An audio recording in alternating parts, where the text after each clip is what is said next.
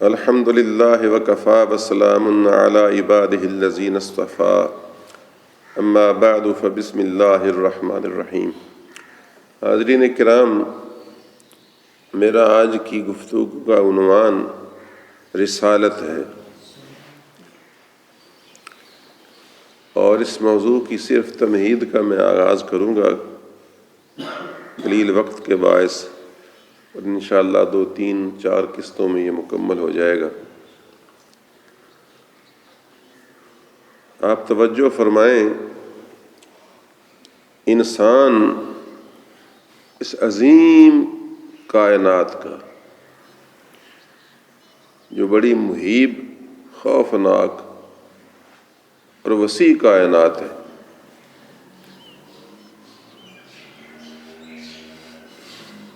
اس کا ایک ذرہ ہے۔ آسمانوں کی وسعتوں کے سامنے، جنگلوں، صحراؤں، سمندروں کے مقابلے میں، ہاتھیوں اور بڑی بڑی مخلوقات، پہاڑوں کے مقابلے میں انسان اس کائنات کا ایک حقیر ترین ذرہ ہے۔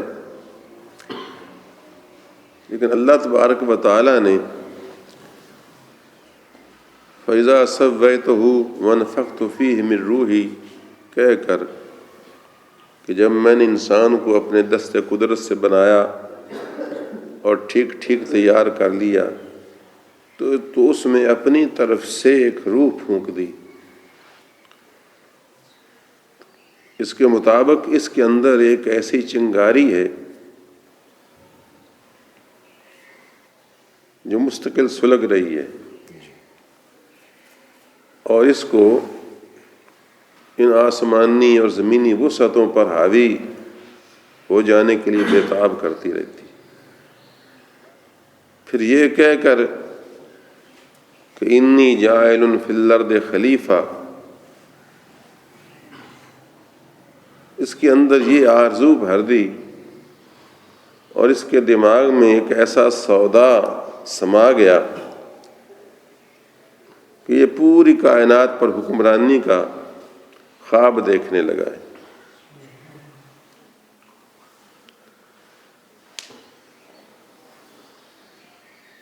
لیکن ایک سوال ہمیشہ سے انسان کے دل میں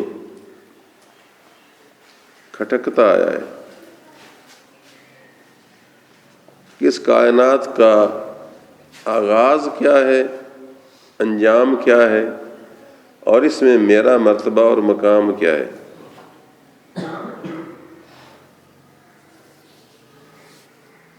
اس سوال کا جواب تلاش کرنے کے لیے انسان کے پاس ایک تو ذریعہ حواس کا ہے۔ حواس سے مراد وہ قوتیں جو انسان کو اللہ تعالیٰ نے عطا فرمائی ہیں، مثلا دیکھنے کی قوت، یہ حس باصرہ ہے، سننے کی قوت، قوت سامعہ کہلاتی ہے، سونگھنے کی قوت جسے قوت شامہ کہتے ہیں، چکھنے کی قوت جسے ذائقہ کہتے ہیں، چھونے کی ایک حس اور قوت جسے لامسہ کہتے ہیں۔ یعنی مطلب ہے کہ کبھی دیکھ کر انسان کچھ معلوم کرتا ہے، کبھی سن کر معلوم کرتا ہے، کبھی چکھ کر معلوم کرتا ہے، کبھی چھو کر معلوم کرتا ہے۔ تو یہ ایک کھوج لگانے کی، یعنی گویا کہ قوت و حواس کی قوت ہے۔ لیکن اس قوت کے لحاظ سے یہ دوسری مخلوق سے کوئی غیر معمولی ممتاز نہیں ہے، بلکہ بعض اوقات دوسری مخلوق اس سے ان حواس میں آگے بھی ہے۔ مثلا سونگھنے کی طاقت ہے تو چیونٹیاں اس سے زیادہ سونگھ لیتی ہیں، وہ بارش کو پہلے سے ہی سونگھ کر محسوس کر لیتی ہیں۔ دانے کتنی دور پڑے ہوں انسان سونگھ کر محسوس نہیں کر سکتا، چیونٹیاں معلوم کر لیتی ہیں۔ الماری کے اندر مٹھائی پڑی ہو، بندے کو پتہ نہیں لگتا چونٹیاں سونگھ کر معلوم کر لیتی ہیں اور نیچے سے کتار بنا کر کسی سوراخ سے داخل ہو کر سارا ڈبہ بھر جاتا ہے چونٹیوں کے ساتھ۔ یعنی اس کی قوت شامہ جو ہے انسان سے زیادہ ہے، اور یہی ایک مخلوق نہیں، کتے تک کی قوت ہے شامہ سونگھنے کی قوت انسان سے بدرجہ آگے ہے۔ بلکہ اب تو ایسے ایسے کتے بھی نظر آتے ہیں کہ انسان ان پر قربان ہوتے ہیں کہ وہ چور کے کپڑے سونگھ کر میلوں دور جا کر چور پکڑ لیتے ہیں، اور ہوا میں اس خوشبو کے اس بو کے ذریعے چلتے چلے جاتے ہیں اور دشمن کو سونگھ لیتے ہیں، دوست کو سونگھ لیتے ہیں، آپ کے ٹیچی کیس کے اندر پڑی ہوئی چرس کو، بارودی مواد کو سونگھ لیتے ہیں۔ اب اس کا کیا کرو گے؟ تو معلوم ہوا کہ حواس جو ہیں وہ انسان سے زیادہ طاقتور دوسری مخلوق کے پاس بھی موجود ہے۔ دیکھنے کی قوت ہے تو انسان کی آنکھ کی بنسبت شکرے کی آنکھ، باز کی آنکھ، چیل کی آنکھ کتنی چھوٹی ہے، عقاب کی آنکھ کتنی چھوٹی ہے، مگر میلوں سے مرغی کے چوزے کو دیکھ لیتی ہے، انسان نہیں دیکھ سکتا۔ وَعَلَىٰ حَذْفِ الْقِيَاسِ، تو یہ حواس ظاہری جو ہیں لا ریب، یہ معلومات کا ایک ذریعہ ہیں کہ ان کے ذریعے ہم معلوم کرتے ہیں۔ قوت لامسہ ہے تو یہ بارش کے موسم میں زمین سے نکلنے والے لمبے لمبے کیڑے سے، حالانکہ ان کے پاس کوئی اور حص ہی نہیں ہے، صرف چھونے کی حص ان میں ہے، نہ وہ دیکھ سکتے ہیں نہ سن سکتے ہیں نہ کچھ، لیکن چھونے کی حص اتنی ہے کہ ان کے قریب پاؤں لے جائیں تو فوراً پیچھے مڑتے ہیں، ادھر مڑتے ہیں ادھر مڑتے ہیں، جی تھوڑی سی چیز اس کے ساتھ چھو جائے فوراً ان کو محسوس ہو جاتا ہے، الرٹ ہو جاتی ہے۔ پھر چاہے آپ اس کو مار دیں یا باقی رکھیں، لیکن وہ دورے تیرے ضرور ہو جاتے ہیں اور دائیں بائیں نکلنے کی، ہلنے جلنے کی کوشش کرتے ہیں۔ تو یہ حواس ظاہرہ جو ہیں ان میں تو دوسری مخلوق بھی انسان سے پاس جو ہے بلند و برتر ہے۔ بہرحال اس یہ حواس بھی معلومات کا ایک ذریعہ ضرور ہیں۔ پھر انسان کے پاس حواس کے علاوہ بھی ایک طلسماتی شے موجود ہے، جادو کی چھڑی موجود ہے جس کو عقل کہا جاتا ہے، وہ دوسرے جانوروں کے پاس نہیں ہے، اور عقل ان حواس کے ذریعے حاصل کی گئی معلومات کو مرتب کر کے جوڑ کے ان سے نتائج اخذ کرتی ہے اور علم کی راہیں کھولتی ہے۔ یہ دوسروں کے پاس نہیں ہے، انسان کے پاس عقل ہے، اور بے شک اس طلسماتی قوت نے بڑے بڑے کام دکھائے ہیں۔ اس طلسماتی قوت کے ذریعے مختلف مادی چیزوں کو، اسباب کو آپس میں جوڑ کر مرتب کر کے انسان نے ان گزشتہ 2 صدیوں میں تو ایسے محیر العقول کارنامے دکھائے ہیں کہ انسان حیرت زدہ رہ جاتا ہے۔ یہی سامنے پڑی چیز دیکھ لیں، ہوائی جہاز دیکھ لیں،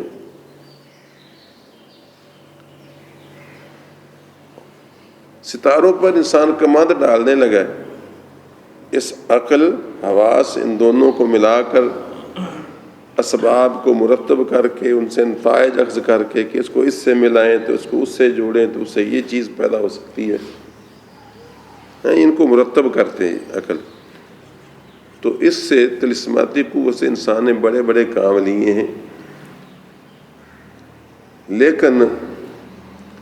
اس کی رسائی بھی صرف عالم اسباب تک ہے۔ عقل کی رسائی عالم اسباب تک ہے، عقل سے ماورا جو حقائق ہیں، کس کائنات سے پہلے کیا تھا اور آگے انجام کیا ہوگا، جنت کہاں ہے کہ نہیں ہے، اور جزا و سزا اور قبر میں کیا ہو رہا ہے کیا نہیں ہو رہا، اس کا کھوج لگانے سے عقل کا اثر ہے۔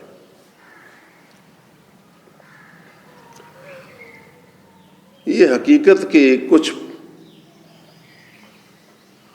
تہیں الٹتی بھی ہے، کچھ پردے الٹتی بھی ہے، لیکن ہر پردہ الٹنے کے بعد یہ کہتی ہے کہ یہاں تک تو پتہ ہے، آگے کا پتہ نہیں۔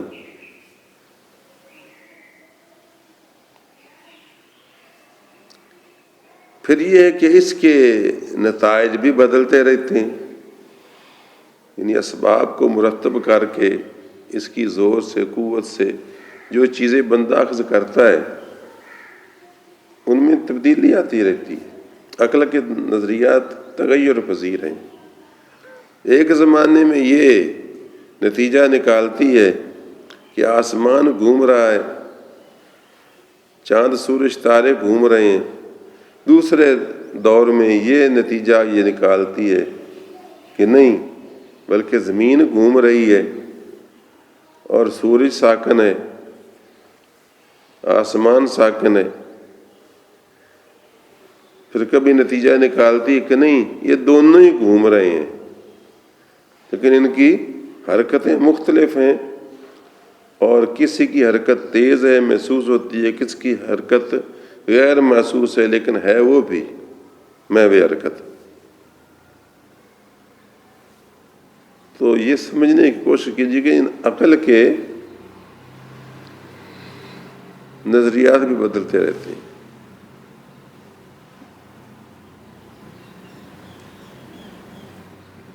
علامہ اقبال نے بھی اس موضوع کا احاطہ کیا ہے،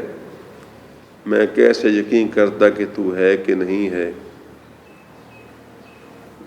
ہر لمحہ بدلتے تھے، یعنی عقل کے جو انکشافات تھے وہ بدل رہے تھے، میں مولا میں کیسے معلوم کرتا کہ تو ہے کہ نہیں ہے۔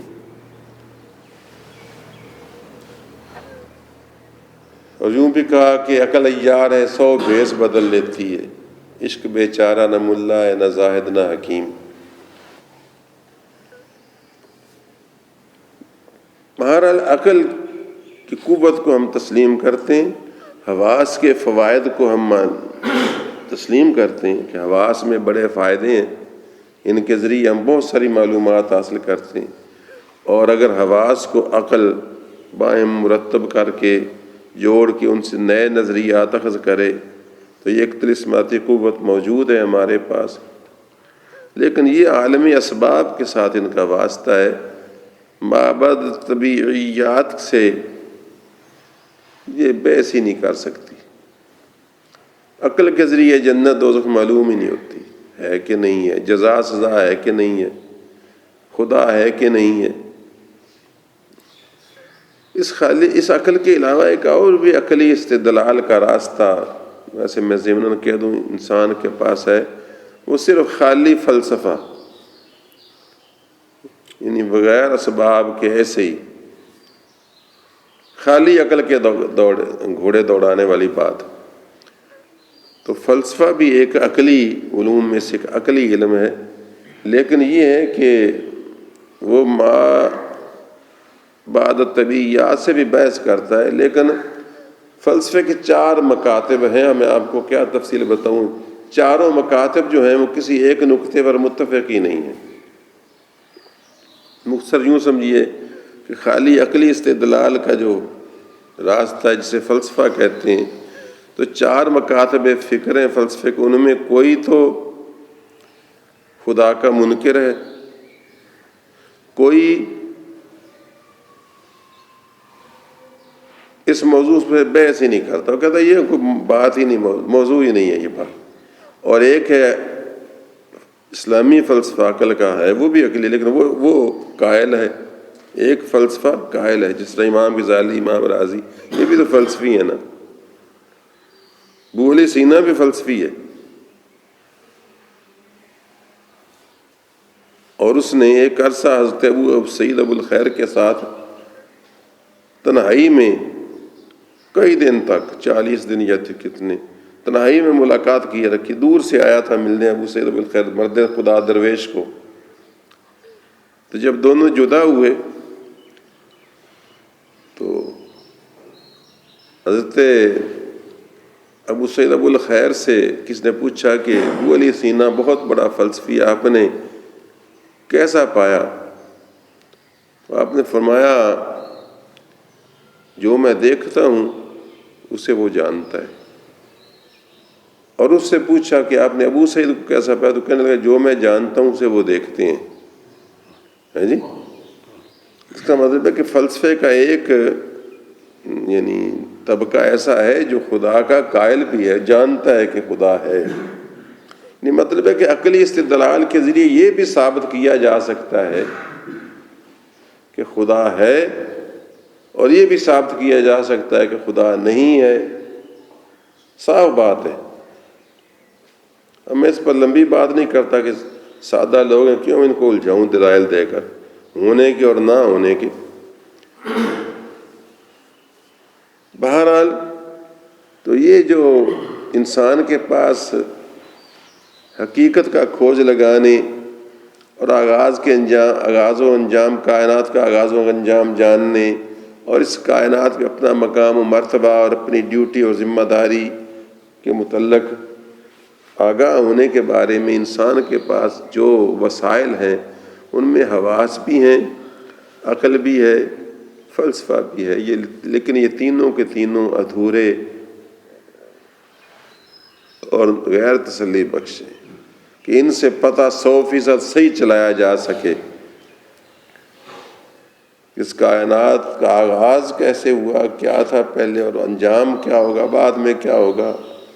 اور اس اسباب کے عالم اسباب سے ماوراء کون سی حقیقتیں ہیں۔ تو انسان کے پاس ادراک حقیقت کا ایک تیسرا واسطہ اور وسیلہ بھی ہے۔ وہ واسطہ اور وسیلہ انسان نے خود وضع نہیں کیا، بلکہ اس حقیقت مطلق نے وہ خود انسان کے لیے تجویز کیا ہے۔ جو انسان کا خالق ہے اس نے انسان کے لیے وہ تیسرا راستہ بنایا ہے، تجویز کیا ہے، اور وہ راستہ مذہب کا راستہ ہے۔ اس مذہب کے راستے کو واضح کرنے کے لیے اللہ تعالیٰ نے انسانوں میں سے کچھ انسان منتخب کیے، چنے۔ ان انسانوں کو نبی یا رسول کہا جاتا ہے۔ ان کی تعداد 1.25 لاکھ یا کم و بیش بتائی جاتی ہے، اور وہ دنیا کے ہر حصے میں آئے ہیں۔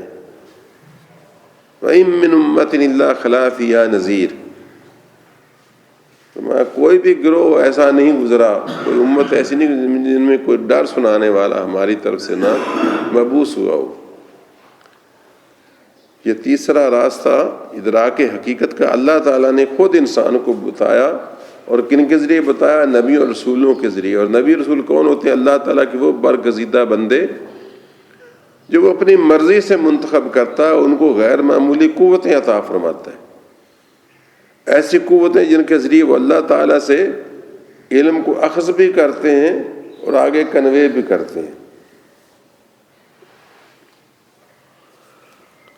اور یہ یاد رہے کہ نبی کسی محنت کے ذریعے نہیں بن سکتا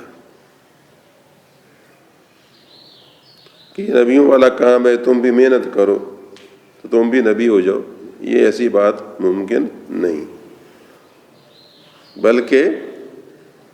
صرف اس کی رحمت پر موقوف ہے، اس کے اپنے حسن انتخاب پر موقوف ہے۔ قرآن کریم میں فرمایا اللہ اعلم حیث یجعل رسالتہ، اللہ خوب جانتا ہے کہ اپنی رسالت کی امانت کس کو ودیعت کرے۔ تو اللہ تبارک و تعالیٰ نے جو بندے منتخب کیے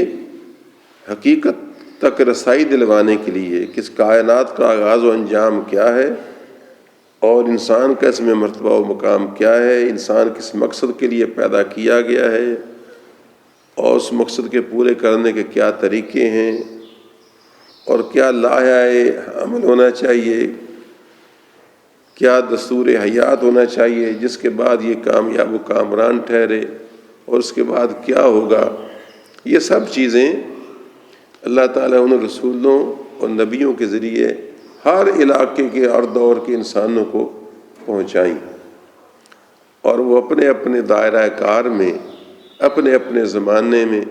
یہ مختلف مکانوں، مختلف زمانوں، مختلف قوموں، مختلف ملکوں، مختلف علاقوں میں تشریف لاتے رہے اور لوگوں کو حقیقت سے آگاہ کرتے رہے۔ پھر کچھ خوش نصیبوں نے مانا اور بہت سارے بد نصیبوں نے نہ مانا، اور جنہوں نے مانا انہوں نے بھی بعض منفی قوتوں کے زیر اثر جو انسان کو امتحان کے طور پر دی گئی تھی، منفی قوتوں میں اس کا نفس امارہ ہے، بری صحبتیں ہیں، شیاطین ہیں جو من الجن والانس دونوں میں سے ہیں، انہوں نے اس کو بھٹکائے رکھنے کی کوشش کی ساتھ ساتھ۔ تو یہ کشمکش چلتی رہی۔ نتیجہ یہ ہوا کہ وہ انبیاء کرام، وہ رسول اعظام اگر اپنے کسی علاقے میں ایک عرصہ کے لیے کسی حد تک کامیاب بھی ہوئے تو ان کے دنیا سے پردہ فرماتے ہی ان کی قوموں نے ان کی تعلیمات کو مسخ کرنا شروع کر دیا اور محرف کرنا شروع کر دیا، اس میں تحریف کی، تبدیلیاں کیں اور اپنی مرضی کے مطابق تبدیلیاں کیں، یہاں تک کہ جب انسان کا انتہائی ارتقائی دور آیا، جب انسانیت ترقی کرتے کرتے کرتے کرتے اپنے اعلیٰ ترین دور پر آئی، تو اللہ تعالیٰ نے نبی آخر الزمان سید المرسلین خاتم النبیین رحمت للعالمین کو مبعوث فرمایا، اور ان کو قیامت تک کا پورا جو ارتقائی دور ہے انسان کا، انسانیت کا، اس کے لیے رسول بنایا، اس کو آخری کتاب دی، آخری دین دیا، آخری شریعت دی، آخری نبی ٹھہرایا، اس کی امت کو آخری امت بنایا کہ اس کے بعد اب انجام ہونے والا تھا۔ پھر اس کی تعلیمات کو محفوظ رکھنے کی اپنے پاس ذمہ داری رکھی کہ اس کی ذمہ داری میں لیتا ہوں، اس کی تعلیمات کو محفوظ رکھنے کی۔ اِنَّا نَحْنُ نَزَّلْنَا الذِّكْرَ وَإِنَّا لَهُ لَحَافِظُونَ۔ چنانچہ اس کا ثبوت یہ ہے کہ قرآن کریم جو اللہ کی نازل کردہ کتاب تھی، اس نبی آخر الزمان پر اتری اور اس آخری امت کے لیے آئی، اس کا ایک ایک حرف محفوظ رکھا، یہاں تک اس کو پڑھنے کے انداز بھی محفوظ کر دیے کہ یہ اس طریقے سے پڑھا جا سکتا ہے، تک اس کے لکھنے کے انداز بھی محفوظ کر دیے کہ قرآن کریم میں کسی بھی جگہ آپ، میں سوال دیتا ہوں، بسم اللہ الرحمن الرحیم کو جس طرح لکھا ہوا دیکھتے ہیں، اس کے برعکس لکھا ہوا نہیں دیکھ سکتے، اس کے برعکس بھی لکھی جا سکتی ہے۔ مثلا اردو میں انداز میں لکھو تو بسم اللہ بے الف با ڈال کر آگے اسم ڈالو گے، سین میم ڈالو گے، یہ باسم لکھا جائے گا، پڑھا بسم اللہ جائے گا، لیکن حتیٰ کہ قرآن کریم بعض جگہ اس طرح ہے، لیکن جب آغاز میں بسم اللہ الرحمن الرحیم آتا ہے تو اس کے لکھنے کا یہی ہے کہ بے کے ساتھ سین ملا دو، الف کو دماغ میں نکال دو، یہ اسی طرح ہی لکھی جا سکتی ہے، اس کے برعکس قرآن لکھا ہی نہیں جا سکتا، کسی ملک میں اس کے خلاف نہیں لکھا جائے گا۔ ہاں میں تعویذ لکھتا ہوا لکھ سکتا ہوں، فا بے الف با فبسم اللہ الرحمن، آگے البا الف با آگے سین میم لکھ، اردو میں اس طرح لکھا ہوتا ہے، کیونکہ یہ الف لکھنے میں آتا ہے، پڑھنے میں نہیں نہ آتا، تو رسم الخط میں یہ جائز ہے ایسا، اور باقی سارے حروف میں اس طرح ہوتا ہے، الف لام کے ساتھ کوئی ملے گا تو الف موجود رہے گا، لیکن یہاں نہیں رکھنا، بلکہ یہاں تک کہ بسم اللہ کی بسم کی جو میم ہے، جب میں چیلنج کرتا ہوں کسی قرآن کریم میں آپ ایسی میم نہیں نکال کر دکھا سکتے کہ میم کے اندر گول دائرہ نہ ہو، کیونکہ قرآن کریم میں بسم اللہ لکھتے ہوئے اسم کا میم ڈالنا، بند ڈالنا جائز ہی نہیں ہے۔ تعویذ میں تم تمہارا مولوی ڈال لے، پیر ڈال لے تو وہ ڈال سکتا ہے، لیکن قرآن کریم میں یعنی میں ویسے لکھوں بسم اللہ بے سین میم اور میم بند ہو سکتا ہے، لیکن قرآن کریم کے اندر اب آپ کو کیا پتا، بسم اللہ یاد کر دیکھ لو، یہ نہیں ہو سکتا۔ اگر ہے تو اس کو غلط قرار دیا جانا چاہیے، اور وہ غلط ہے اہل علم کے نزدیک۔ ہو سکتا ہے کسی تھرڈ کلاس چھاپے خانے نے ایسی بیوقوفی کاری دی ہو، لیکن میرا خیال ہے کسی تھرڈ کلاس نے بھی نہیں کی۔ میم، حالانکہ میم کے اندر گول دائرہ رکھنا کوئی ضروری تو نہیں نا، بند میم ہے، اردو میں سارا میم بند ہی ہوتی ہے۔ تو اللہ تبارک و تعالیٰ نے اس کتاب کی بھی حفاظت فرما دی، اور اس نبی کی سیرت کی، صورت کی، ایک ایک ادا کی بھی حفاظت فرما دی۔ اس کے پہلے جتنے بھی انبیاء آئے، قرآن کریم ان کی ادھوری کہانیاں سناتا ہے، ادھوری کہانیاں سناتا ہے، آدم کو کیسے پیدا کیا، لیکن وہ 1400 سال میں پوری زندگی کے 2-3-4 واقعات ہیں جو ہمیں کوئی تورات سے ملتے ہیں، کوئی انجیل سے ملتے ہیں، کوئی قرآن کریم سے ملتے ہیں۔ قرآن کریم کے اندر سکا ہے، باقیوں میں کچھ غلط ملت بھی ہے۔ ابراہیم علیہ السلام کے حالات یا اور بعض انبیاء کے، موسیٰ علیہ السلام کے بڑے وضاحت سے قرآن نے بیان کیے، لیکن پھر بھی 100% سارے زندگی کے حالات تو نہیں نا۔ میں نے 10 کاپیاں بھر دی ہیں، اور پھر بھی میری پوری سوانح عمری مکمل نہیں ہے۔ میں نے اس کے پہلے شعر یہی لکھا ہے، ہر ایک بات زباں پر نہ آ سکی باقی، باقی صدیقی ایک شاعر ہے، اس کا تخلص ہے، ہر ایک بات زباں پر نہ آ سکی باقی، کہیں کہیں سے سنائے ہیں ہم نے افسانے۔ تو پوری باتیں بیان نہیں ہو سکتی کہ ہر دن کی پوری تفصیل میں، لیکن نبی کریم صلی اللہ علیہ وسلم کی ایک ایک بات، ایک ایک کلمہ طیبہ، بلکہ یہاں تک محفوظ ہے کہ حضور صلی اللہ علیہ وسلم سوتے کس طرح تھے، بیٹھتے کس طرح تھے، اٹھتے کس طرح تھے، بیت الخلاء کس طرح جاتے تھے، لا مقام میں کیسے جاتے تھے، مقام میں کیسے جاتے تھے، جی۔ اور یہاں تک کہ حضور صلی اللہ علیہ وسلم کی آنکھوں کا رنگ کیا تھا، آنکھیں کیسی تھیں، حتیٰ کہ ریش مبارک میں سفید بال کتنے تھے۔ کوئی نبی، کوئی رسول اور اس کی صورت سیرت کو اس طریقے سے محفوظ نہیں رکھا گیا جس طرح رسول اللہ صلی اللہ علیہ وسلم کے ارشادات کو اللہ نے صحابہ کرام کو یہ توفیق دی، یہ حافظے دیے، یہ ذوق دیا، یہ ذوق جنوں دیا کہ ہر ایک نے آگے اس کو من و عن پہنچانے کی ذمہ داری لی۔ اور اس نے بھی حجۃ الوداع پر اس 1.25 لاکھ کے مجمع میں کہہ دیا کہ بلغوا انی ولو کان آیہ، اگر تمہارے پاس ایک بات بھی میری ہو تو اس کو آگے پہنچا دینا۔ کیوں کہ بہت سارے جو حاضر ہیں ان سے بہت سارے جو غیر حاضر ہیں زیادہ قوت حافظہ رکھتے ہوں گے، اور وہ زیادہ محفوظ رکھیں گے۔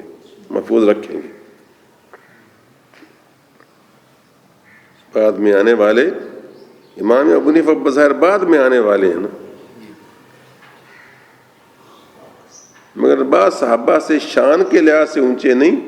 لیکن قوت حافظہ اور محفوظ علم کو رکھنے کے حوالے سے ان سے بھی آگے ہیں۔ اور آج تک صحابہ کرام میں تو ایسے بھی ہوں گے جنہوں نے ایک بھی روایت اگر نقل نہیں فرمائی، بعض دوسرے کبھی کبھار آنے والے صحابہ، لیکن علماء میں ایسے موجود ہیں کہ انبیاء بنی اسرائیل جنہوں نے رسول اللہ صلی اللہ علیہ وسلم کی زندگی کے پورے سکیچ نہ صرف اپنے وجود میں سمو لیے بلکہ پوری امت کو بھی پہنچائے۔ تو یہ ادراک حقیقت کا جو راستہ ہے، یہ تیسرا مذہب ہے اس کو جو کہتے ہیں، یہ اللہ تعالیٰ نے وضع فرمایا، انسان کی رہنمائی کے لیے وضع فرمایا، اور ہر دور میں انسانوں کو رہنمائی کے لیے ایسی ہستیاں مہیا کرتا رہا، ان کو نبی اور رسول کہا جاتا ہے، اور نبوت اور رسالت یہی فریضہ انجام دیتی ہے، اور پہلے نبیوں اور رسولوں کے فریضے اگرچہ انہوں نے بھی انجام دیے، مگر ان کی امتوں نے افراط و تفریط سے کام لیا، جو کرنا تھا وہ نہ کیا، جو نہ کرنا تھا وہ کیا، تبدیلیاں کیں، کتابوں کو گڈ مڈ کر دیا، اپنے ذاتی نظریات کو میں داخل کیا۔ بلکہ سب سے بڑی بات یہ ہے کہ توحید کے سرچشمہ صافی کو ہی گدلا دیا۔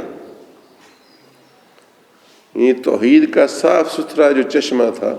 اللہ وحدہ لا شریک، اسی کو گدلا دیا۔ کسی نے اسی نبی کو خدا کا بیٹا بنا دیا جس کو توحید کے پھیلانے کے لیے بھیجا گیا تھا، اور کسی نے اس کی ماں کو اس کی بیوی بنا دیا، کسی نے عزیر کو اللہ کا بیٹا بنا دیا، اور بہت ساروں نے اپنے ولیوں اور پیروں کو خدا کا شریک بنا لیا، ارباب من دون اللہ، کہ اللہ کے حکم کو چھوڑ کر ان کے حکموں پر چلنے لگے، اور کتابوں میں تحریفیں کر دیں، اللہ تعالیٰ کے مقرر کردہ قوانین کو گڈ مڈ کر دیا، توڑ دیا۔ اس نے جو سزا زانی کی رکھی تھی اس نے امیروں کے لیے اور کر دی، غریبوں کے لیے اور کر دی۔ لیکن اللہ تعالیٰ نے اس نبی آخر الزمان کی تعلیمات کو محفوظ رکھا، عمل کریں یا نہ کریں ان کی بدبختی اگر نہیں کرتے، لیکن تعلیمات اور قانون اور دستور محفوظ ہیں۔ تو یہ رسول وہ غیر معمولی انسان ہوتے ہیں کہ جن کو اللہ تبارک و تعالیٰ انسانیت کی ہدایت کے لیے اور ادراک حقیقت تک پہنچانے کے لیے اللہ تعالیٰ مبعوث فرماتا ہے، اور اس کی یہ ضرورت ہے، اور یہ اللہ تعالیٰ کے بندوں پر احسان ہے کہ اس نے ہماری طرف ایسی ہستیاں مبعوث فرمائیں۔ اور اب یہ سوال بھی پیدا ہوتا ہے کہ اللہ تعالیٰ خود ہی سب کو ڈائریکٹ ہی سارا حقیقتیں بتا دیتا، جس طرح ہمیں کھانے کا طریقہ آ جاتا ہے، پینے کا طریقہ آ جاتا ہے، کپڑے پہننے کا طریقہ آ ہی جاتا ہے نا، اسی طرح ہمیں اس کائنات میں رہنے کا آغاز و انجام جاننے کا، عبادت ریاضت کا، یہ سب طریقہ بھی آ جاتا، ہر ایک کو ڈائریکٹ ہی آ جاتا۔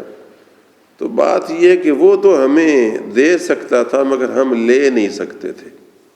کیونکہ ہر انسان میں اندر وہ غیر معمولی قوتیں اللہ تبارک و تعالیٰ نے اپنی حکمت بالغہ کے تحت پیدا نہ فرمائی۔ اس نے اس دنیا کو عالم اسباب بنایا ہے، اور جس طریقے سے بارش بادلوں سے برستی ہے، بچہ ماں باپ کے ذریعے ہی پیدا ہوتا ہے، یہ اس نے سنت جاری فرما دی، اور کھیتی پانی کے ذریعے اگتی ہے۔ تو اسی طریقے سے ہدایت جو ہے اور کائنات کی حقیقت مطلقہ جو ہے، آغاز و انجام کائنات اور مقام و مرتبہ انسانیت، یہ جاننے پہچاننے کے لیے اللہ تعالیٰ وہ ہستیاں پیدا فرماتا ہے جو برزخ کبریٰ کی حیثیت رکھتی ہوں، ان کی دو حیثیتیں ہوں۔ ایک قوت کے لحاظ سے وہ انسانوں سے بالا تر ہیں، جب وہ خدا سے ڈائریکٹ ڈائلنگ کرتے ہیں تو ان پر جو گزرتی ہے وہ عام انسان برداشت نہیں کر سکتا، کیونکہ قرآن کریم فرمایا کہ اگر ہم اس کو پہاڑ پر نازل کرتے تو ریزہ ریز ہو جاتا۔ تو صلی اللہ علیہ وسلم وہی نازل ہو جاتی تھی، اونٹنی پر ہوتے تو اونٹنی بیٹھ جاتی بوجھ تلے۔ حضرت عائشہ صدیقہ کی ران پر ایک مرتبہ سر رکھا ہوا تھا، وہی نازل ہونے لگی تو عائشہ کہتی میری ران ٹوٹتی محسوس ہوتی تھی، میری ران ٹوٹ جائے گی، اتنا پریشر۔ اور اس کے اعزاز صلی اللہ علیہ وسلم کے چہرہ انور پر سرخی اور پسینے کے قطرے نمودار ہو جاتے تھے، اور ایسے ہوتا تھا جیسے آپ بظاہر کسی نیم بے ہوشی کی حالت میں کہیں چلے گئے ہیں، گویا کہ ادھر سے راستہ تعلق جس طرح کٹ گیا ہے، جس طرح ایک اونگنے والی کیفیت ہوتی ہے۔ تو اس وقت میں یعنی فرشتے کی طرف سے وحی کی جا رہی ہوتی تھی، اور وہ فرشتے کی حیثیت میں ایک مرتبہ ایسا بھی ہوتا تھا کہ کبھی فرشتہ انسانی شکل میں آتا، وہ آسان ترین صورت تھی۔ ایک ہے فرشتہ اپنی ملکی قوت کے ذریعے ان پر الہام کرتا، وہی وہ اور زیادہ ایک سے ڈائریکٹ اللہ تعالیٰ کی طرف سے ہوتا۔ تو ان میں وہ قوت بھی ہے جو عام انسانوں میں نہیں۔ اور وہی وجہ ہے، یہی وجہ ہے کہ اس لحاظ سے دیکھا جائے تو وہ عام انسانوں سے بالا تر نظر آتے ہیں۔ اور دوسرا پہلو ان کا عام انسانوں والا ہوتا ہے، اس میں وہ روٹی بھی کھاتے ہیں، پانی بھی پیتے ہیں، زخمی بھی ہوتے ہیں، بخار بھی چڑھ جاتا ہے، نہیں سمجھے؟ تو یہ جو دو گروپ بن گئے ہیں یہ بھی اسی وجہ سے بنے ہوئے ہیں۔ ایک گروپ ان کی وہ خدائی ڈائریکٹ لنک والی قوت کی طرف دیکھتا ہے، تو وہاں وہ ما فوق الانسان نظر آتے ہیں، اور ایک جس حیثیت سے وہ ہمیں گائیڈ کرتے ہیں، ہمیں کر کے دکھاتے ہیں، تو وہ انسانوں والی، انسان کامل والی کیفیت محسوس ہوتی ہے۔ تو ایک گروپ ہمارا مسلمانوں کا اسی پر زور دیتا ہے، دوسرا اسی پر زور دیتا ہے۔ حالانکہ افراط و تفریط دونوں سے بچنا چاہیے، نہ یہود و نصارہ کی طرح غلو کر کے ان کو خدا یا خدا کا بیٹا یا خدا کا حصہ یا خدا کے برابر قرار دینا چاہیے،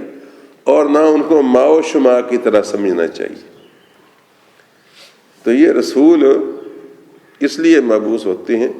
کہ وہ اللہ تبارک و تعالیٰ سے لے کر وہ علوم جن تک حواس کی، عقل کی، فلسفے کی رسائی نہیں، وہ لیتے ہیں وہ حقائق اور ادھر انسانوں کو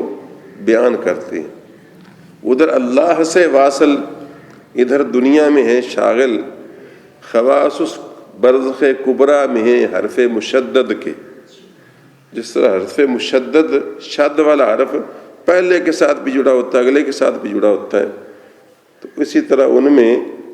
ادھر اللہ سے واصل، ادھر دنیا میں ہیں شامل۔ تو یہ ان کی حیثیت ہوتی ہے، اور وہ جو کچھ بیان کرتے ہیں وہ اللہ تبارک و تعالیٰ کی طرف سے ان کو بتایا جاتا ہے، اور انسانوں کو پہنچاتے ہیں، اور ان سے اللہ تعالیٰ ان میں وہ غیر معمولی قوت رکھتا ہے۔ ان کو رسول کہا جاتا ہے، اور ان کے ذریعے جو اللہ نے رہنمائی کی ہے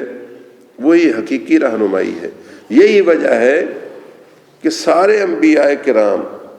فلسفیوں کے تو چار مکتب ہیں نا،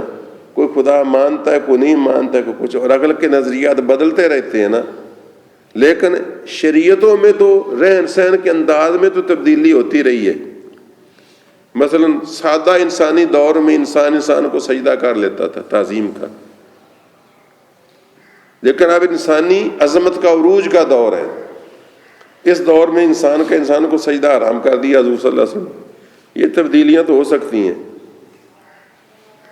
ایک دور میں انسان جانوروں کی طرح تھا، غاروں پہاڑوں میں رہتا تھا، اس دور میں بہت ساری چیزیں اس کے لیے حلال ٹھہرائی گئی تھیں۔ اب کئی ایک چیزیں حالانکہ ترقی کا دور ہے مگر یہ حرام ٹھہرائی گئی ہیں، کیونکہ انسان کے خود اپنا شعور اتنا پختہ ہو گیا ہے کہ اب اس کو اعلیٰ تر نصاب کی ضرورت ہے۔ اس کی مثال یوں سمجھ لیں، جس طرح بچہ، چھوٹا بچہ ہوتا ہے تو اس کو قاعدہ لے کر دیتے ہیں، وہ پاڑتا بھی رہتا ہے، پھاڑتا بھی رہتا ہے، اوپر تھبے بھی ڈالتا رہتا ہے، لیکن جب وہ میچور ہو جاتا ہے تو اس کو اللہ پائے کہ کتابیں دی جاتی ہیں، اب ان کی حفاظت بھی کرتا ہے، ان کو محفوظ بھی رکھتا ہے، ان کو سمجھتا سمجھاتا بھی ہے، ان کی تشریح بھی سوچتا ہے، کرتا ہے، کرواتا ہے۔ دیکھیں نا، تو اب یوں سمجھیے بس ایک مثال سے کہ ایک ابتدائی دور تھا عالم انسانیت کا، اب ایک انتہائی دور، ارتقائی دور ہے۔ اس دور میں اللہ تعالیٰ نے سب رسولوں کا رسول، سب نبیوں کا نبی، نبی الانبیاء سید المرسلین صلی اللہ علیہ وسلم کو مبعوث فرمایا، اور آپ کو ایک شریعت حرہ اور طریقت بیضاء دے کر اللہ تبارک و تعالیٰ نے بھیجا، اور قیامت تک کے لیے بھیجا، اور آپ نے انسان کو کائنات کے آغاز و انجام سے آگاہ کیا، اور انسان کو اپنے مقام و مرتبہ سے آشنا کیا، اور اس کو راہ دکھائی۔ اللہ تبارک و تعالیٰ نے کرم فرمایا، تو اس موضوع کو رسالت کے عنوان سے تعبیر کیا جاتا ہے۔ پھر رسالت کی کیا شان ہے، اس کے تقاضے کیا ہیں، یہ انشاءاللہ تبارک و تعالیٰ میں کل بیان کروں گا۔ وآخر دعوانا الحمد للہ رب العالمین۔